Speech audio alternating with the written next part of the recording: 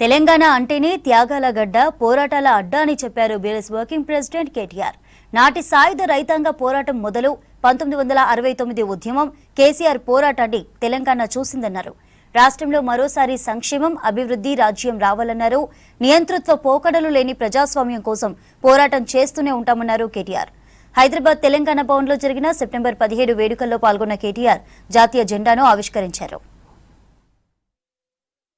స్వేచ్ఛా వాయువులు అందుకొని ప్రజాస్వామ్య వ్యవస్థలోకి తెలంగాణ బిడ్డలు, తెలంగాణ ప్రజలు అడుగుపెట్టిన శుభదినం 17 సెప్టెంబర్.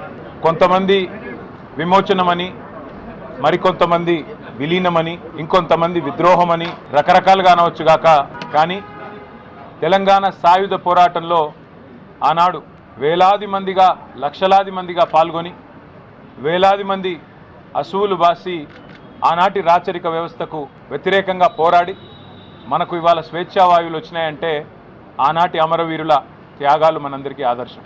వారందరికీ ఈ సందర్భంగా భారత రాష్ట్ర సమితి తరపున మా పెద్దలు, మా నాయకులు, తెలంగాణ తొలి ముఖ్యమంత్రి కేసీఆర్ గారి తరపున, ప్రతి గులాబీ సైనికుడి తరపున వారి అమరత్వానికి శిరస్సు వంచి వినమ్రంగా నివాళి అర్పిస్తున్నాం. అట్లాగే తెలంగాణ అంటేనే త్యాగాల అడ్డ, పోరాటాల గడ్డ.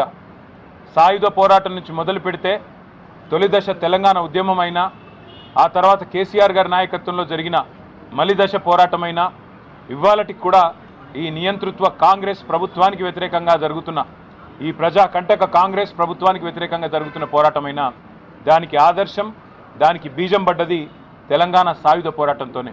పోరాట స్ఫూర్తితో బండెనక బండిగట్టి అనే అద్భుతమైన కవితలు రాసిన పెద్దల స్ఫూర్తితో మరి భవిష్యత్తులో కూడా ప్రజాస్వామిక ఉద్యమాలు నిర్మిస్తూ తెలంగాణలో తిరిగి సంక్షేమ రాజ్యం రావాలని, రైతు రాజ్యం రావాలని, తెలంగాణ ప్రజలు స్వేచ్ఛగా ఊపిరి పీల్చుకునే మరి నియంతృత్వ పోకడలు లేని ప్రజాస్వామిక వాతావరణం రావాలనే ఆశయంతో కేసీఆర్ గారి నాయకత్వంలో పోరాటం చేస్తూనే ఉంటాం.